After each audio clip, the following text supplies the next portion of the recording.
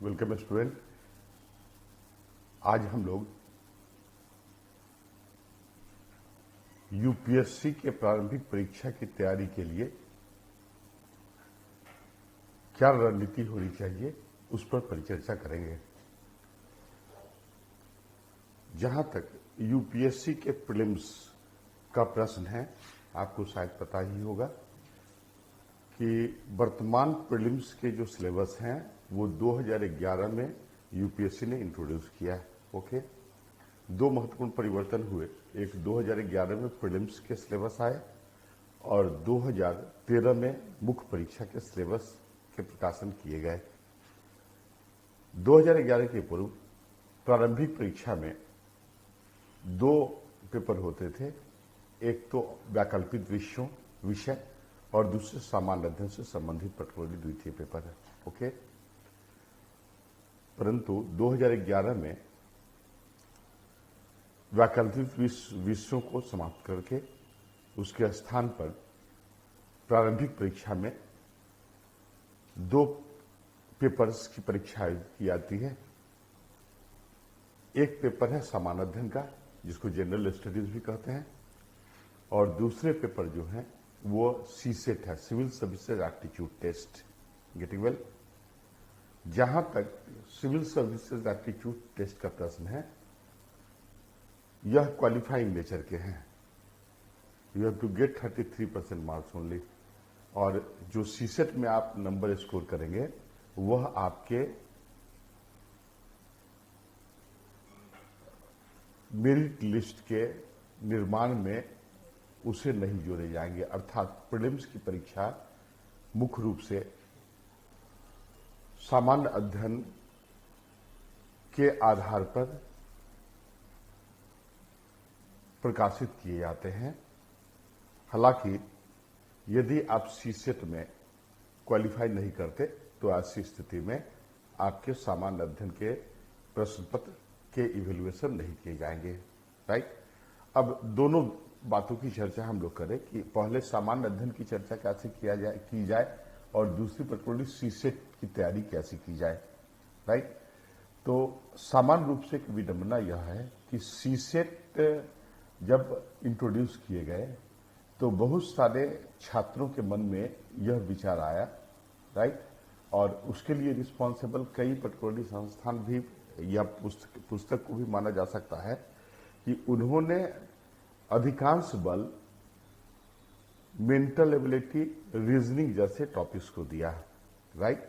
जिससे जिन छात्रों के बैकग्राउंड ह्यूमैनिटीज वाले हैं, राइट है, उनके लिए एक समस्या उत्पन्न होती है। इस तरह की अवधारणा एक बन गई, जबकि 2011 से अभी तक के जो सीसेट के प्रश्न पत्र आप देखेंगे उसमें एक महत्वपूर्ण एस्पेक्ट ये है कि लगभग 60% प्रश्न कॉम्प्रिहेंशन के होते हैं। राइट? वो चाहे तो आप साइंस बैकग्राउंड के हों या पर्टिकुलरली ह्यूमैनिटीज बैकग्राउंड के हों, दोनों के लिए यह 60% के जो 60% क्वेश्चन जो कॉम्प्रिहेंशन है वह दोनों के लिए पर्टिकुलरली सामान बने, बोथ पर्टिकुलरली स्टूडेंट, दोनों वर्ग के स्टूडेंट कंफर्टेबल होंगे। राइट?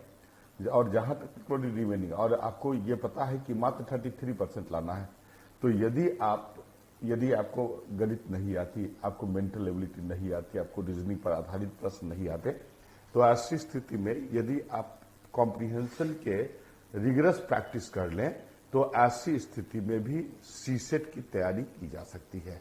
राइट? तो एक मन में जो विडंबना सामान्य रूप से लड़कों के मध्य है कि नहीं, बिना साइंस का, बिना मैथमेटिक्स का, बिना रीजनिंग जाने हम सीसेट क्वालिफाई नहीं कर सकते हैं, ये एक गलत अवधारणा है। राइट? यह मैं नहीं कह रहा, आप प्रश्न पत्रों का अध्ययन करें। राइट? और उसमें जो वेटेज है कॉम्प्रिहेंशन का उसको देखें। तो इस प्रकार बेसिकली सिविल सर्विसेज ने जो डिजाइन किया है वह understanding civil service aptitude test का मुख्य पर्टिकुलरली उद्देश्य था कि लोगों को समझ बूझ या उसके पर्टिकुलरली सोचने की क्षमता है ना, प्रशासनिक क्षमता है या नहीं। राइट? तो ऐसी स्थिति में कॉम्प्रिहेंशन में जो भी मुद्दे आते हैं वह कॉन्सेप्चुअल भी होते हैं, सिर्फ इंफॉर्मेटिव नेचर के नहीं होते हैं। राइट? तो ऐसी स्थिति में एक्चुअली उनका संबंध कहीं न कहीं सामान्य अध्ययन से भी होता है। राइट? तो ऐसी स्थिति में सीसेट के लिए विशेष परेशान होने की आवश्यकता नहीं है, राइट।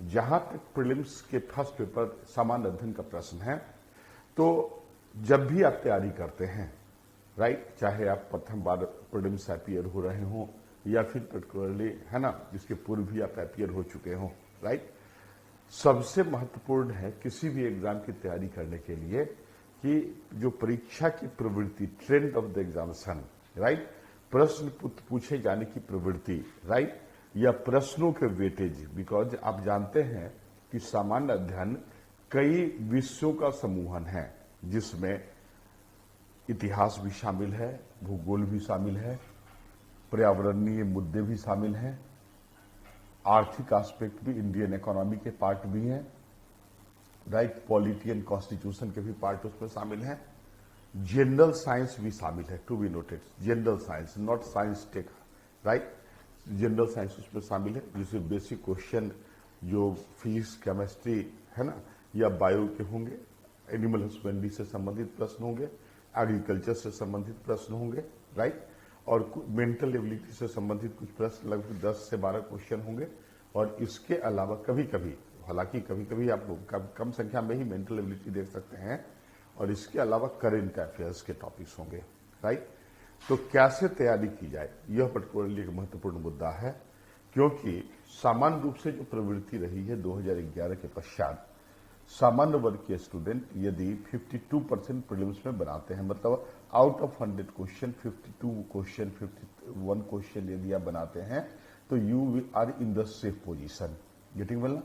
तो ऐसी स्थिति में विशेष रणनीति बनाई जाने की आवश्यकता है, और यूपीएससी ने जो सिलेबस डिजाइन किया है उसमें यह ध्यान रखे गए हैं कि चाहे तो वो ह्यूमैनिटीज बैकग्राउंड के छात्र हों या विज्ञान बैकग्राउंड के छात्र हों, दोनों को समान सहूलियत प्राप्त हो, राइट।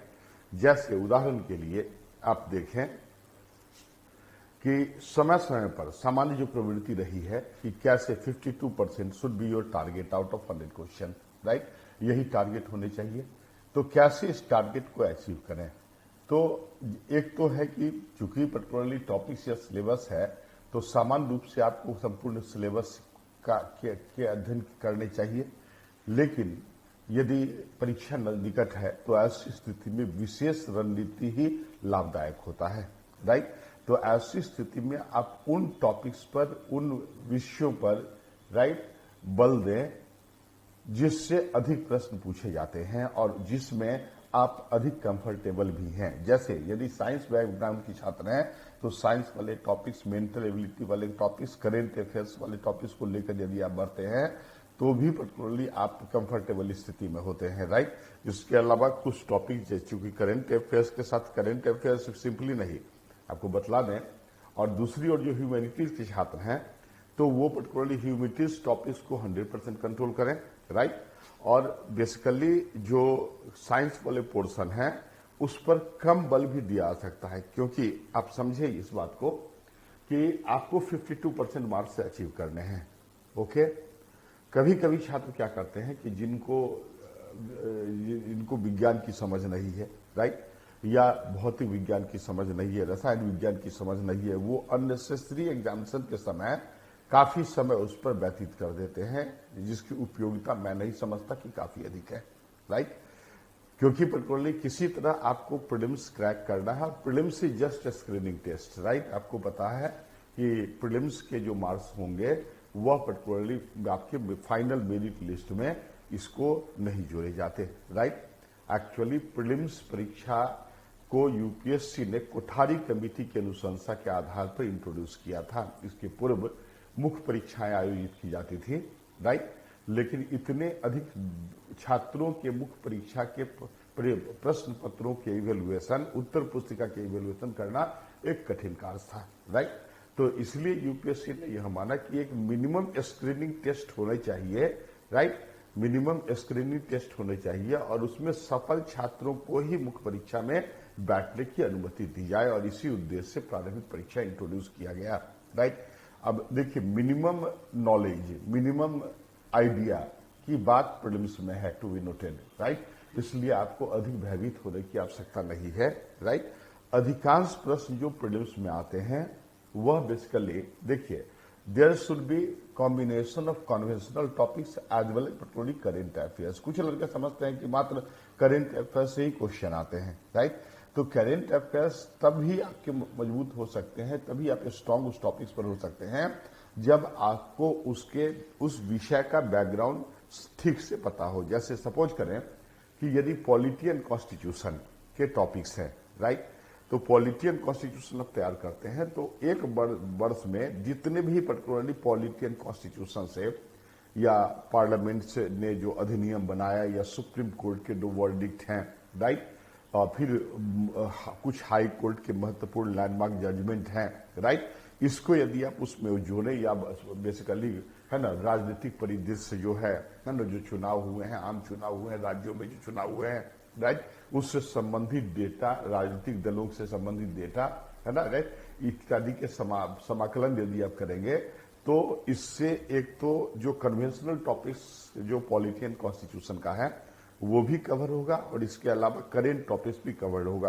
तो बेसिकली मैं यह मानता हूं कि करेंट अफेयर्स एक अलग टॉपिक्स नहीं होना चाहिए, राइट। इसे आप जब इंक्लूड करेंगे ना, जब कंबाइन करेंगे तो वह विषय आपके लिए काफी अधिक इंटरेस्टिंग भी हो जाते हैं, राइट। इसी तरह सपोज करें कि Indian economy to be noted, right, prelims में या मेंस की जो परीक्षा में जो अर्थशास्त्र के टॉपिक्स हैं वह इकोनॉमी नहीं है, वो इंडियन इकोनॉमी है। तात्पर्य यह है कि इसमें अप्लाइड इकोनॉमी के टॉपिक्स इंक्लूड किए गए हैं, जैसे banking, insurance, right, capital market, taxation system, infrastructure, agriculture, economy, industry, okay, foreign trade, BOP, balance of payment position, okay. तो इस तरह के टॉपिक्स से संबंधित, इसके अलावा पर्टिकुलरली बजट को आप देखें, राइट, इसके अलावा इकोनॉमिक सर्वे, लेकिन बहुत समय इकोनॉमिक सर्वे पर भी नहीं दिया जाना चाहिए। मैं समझता हूं कि कुछ ऐसे मुद्दे हैं जैसे इकोनॉमी है, मतलब एग्रीकल्चर है, इंडस्ट्री है, सोशल सेक्टर इनिशिएटिव है, ट्रांसपोर्ट एंड कम्युनिकेशन है, उसमें जो उससे संबंधित जो इकोनॉमिक सर्वे के महत्वपूर्ण डेटा है, राइट, उसको आप देख सकते हैं। अभी की स्थिति में जब सामने प्रीलिम्स से लगभग है ना एक माह ही बचे हैं, लगभग एक माह ही बचे हैं, एक से सवा माह ही बचे हैं, ऐसी स्थिति में संपूर्ण इकोनॉमिक सर्वे पर अपना समय व्यतीत करना उचित नहीं होगा, राइट। कई ऐसे मैगजीन हैं जिसमें आप कंसाइज वे में भी इकोनॉमिक सर्वे के महत्वपूर्ण पर्टिकुलरली टॉपिक्स आपको मिलेंगे। तो बेहतर यह होगा कि वर्तमान में चूंकि सभी टॉपिक्स पर आपको बल देना है, राइट, तो ऐसी स्थिति में बेहतर यही होगा कि जो टॉपिक जो कंसाइज फॉर्म है बजट का, जो कंसाइज फॉर्म है इकोनॉमिक सर्वे का, क्योंकि सामान्य प्रवृत्ति यह है कि लड़के समझते हैं कि नहीं बजट और इकोनॉमिक सर्वे पूरे डेटा को पर्टिकुलरली रख लिया जाए तो हम प्रीलिम्स निकाल लेंगे। ऐसी बात नहीं है। बेसिकली आप देखें कि वह एक पार्ट हो सकता है और साथ ही साथ वह करेंट अफेयर्स, राइट, के भी पर्टिकुलरली पार्ट हैं, तो आप उसको कंबाइन करके पढ़ें, इकोनॉमी प्लस करेंट अफेयर, जैसे बैंक रेट है, सीआरआर है, एसएलआर है, राइट, है ना। बेसिकली आप देखिए केंद्र और राज्यों के बीच वित्तीय संबंध से आधारित पर्टिकुलर इकोनॉमिक एस्पेक्ट के क्वेश्चन, राइट, कई राज्य विशेष दर्जा की मांग करती है, तो राइट उसका आधार क्या है, गार्गिल फॉर्मूला को ध्यान में रखें आप, प्रणब मुखर्जी फॉर्मूला को देखें, राइट, नए टैक्सेशन की जो प्रक्रिया है उसको देखें। तो इस प्रकार के टॉपिक्स यदि आप कवर करते हैं तो ऐसी स्थिति में बेसिकली आप बेहतर परफॉर्म कर सकते हैं, राइट। जहां तक पॉलिटी एंड कॉन्स्टिट्यूशन का प्रश्न है, मैं ऐसा मानता हूं कि संपूर्ण अनुच्छेद या संपूर्ण आर्टिकल याद करने की आवश्यकता नहीं है, राइट। 1 से 50 तक आर्टिकल आप निश्चित रूप से ध्यान में रखें और इसके पश्चात जो इंस्टीट्यूशन से संबंधित, संवैधानिक संस्थाओं से संबंधित, राइट, या पार्लियामेंट्री प्रोसेस से संबंधित, राइट, या पेट्रोलियम से संबंधित, इलेक्शन से संबंधित, ओके, राइट, केंद्र राज्य के बीच पर्टिकुलरली वित्तीय संबंध से संबंधित आधारित अनुच्छेद, इस तरह के सेलेक्टिव अनुच्छेद को आप याद कर सकते हैं। लेकिन प्रीलिम्स में चूंकि जो काफी एनालिटिकल क्वेश्चन होंगे और आपको 4 ऑप्शन में से, राइट, लगभग 3 ऑप्शन सही नजर आएंगे, तो इसलिए detail analytical study and conceptual clarity की आवश्यकता है, ओके। नेक्स्ट पर्टिकुलरली एस्पेक्ट है जैसे polity and geography and environmental issue. तो 2011 में जो नए सिलेबस इंट्रोड्यूस किए गए, आप देखिए पिछले साल को छोड़ दिया जाए, राइट, पिछले 2 सालों को, तो बेसिकली प्रति वर्ष ज्योग्राफी से लगभग 18 से 20 प्रश्न और इन्वायरमेंटल इशू से लगभग 16 से 18 प्रश्न आते रहे हैं, राइट। इस दोनों को यदि कंबाइन कर दें, ज्योग्राफी और इन्वायरमेंटल इशू को आप कंबाइन कर दें, तो लगभग 35 प्रश्न प्रत्यक्ष और अप्रत्यक्ष including current affairs associated with this topics, लगभग 35 प्रश्न करने की स्थिति में आप होते हैं, राइट। यदि आप करेंट अफेयर्स उसमें ऐड करते हैं, स्ट्रेटजी इस तरह बनाए, मान लीजिए कि जिन बच्चों के, जिन छात्रों के इतिहास है ना, इतिहास काफी अच्छे, ये टॉपिक्स काफी अच्छे हैं, तो उसके question plus current affairs plus particularly कुछ जिसमें आप अधिक कंफर्टेबल हैं, उसको 100% करने का प्रयास करें, राइट। तो जैसे ह्यूमैनिटीज के छात्र, जरूरत नहीं है कि 100% आप फिजिक्स का भी आपको ज्ञान हो जाए, है ना, रसायन विज्ञान का भी ज्ञान हो जाए, क्योंकि किसी तरह anyhow you have to crack the prelims, right. तो इसीलिए जैसा मैं मानता हूं कि फर्स्ट आप सिलेबस को देखें और जो प्रश्न पत्र आए हैं विगत वर्षों के, उसकी जो प्रवृत्तियां हैं उसका एनालिसिस करें, राइट। उससे एक आप स्वयं समझने लगेंगे कि किस टॉपिक्स पर अधिक वेटेज देना चाहिए, किस टॉपिक्स पर कम वेटेज देना चाहिए, और कम से कम आपको यह तो निश्चित रूप से एश्योर्ड अपने आप को करना होगा कि you are performing more than 52% of the total question, right. यदि इस तरह के रणनीति के साथ आप आगे बढ़ते हैं तो मैं समझता हूं, है ना, कि आपको प्रारंभिक परीक्षा क्रैक करने में कोई महत्वपूर्ण, कोई विशेष पर्टिकुलर समस्या नहीं होगी।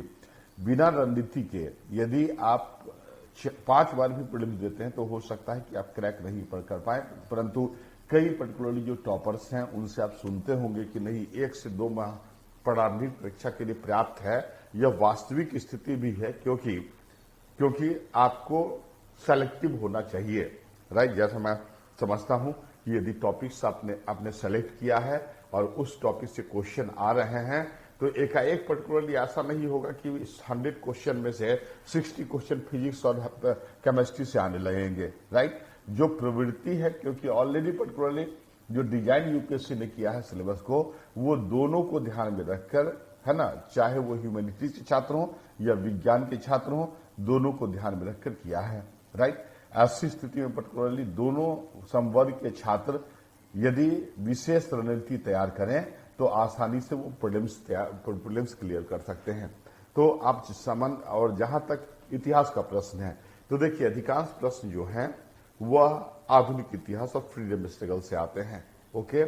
मध्यकालीन इतिहास से 2 या 3 प्रश्न आएंगे, और एंशिएंट में आर्ट एंड कल्चर भी महत्वपूर्ण टॉपिक्स हो गया है, राइट। तो बेसिक रूप से यदि इस एरिया से यदि 15 क्वेश्चन आते हैं तो यू मस्ट बी कंफर्म कि लगभग 7 से 8 क्वेश्चन तो फ्रीडम स्ट्रगल या मॉडर्न से आते हैं। तो ऐसी स्थिति में you should let maximum thrust on this portion, right. मध्यकालीन में सेलेक्टेड हो जाए, राइट। थोड़ा डिटेल पर्टिकुलरली एंशिएंट को भी आप देखें, राइट।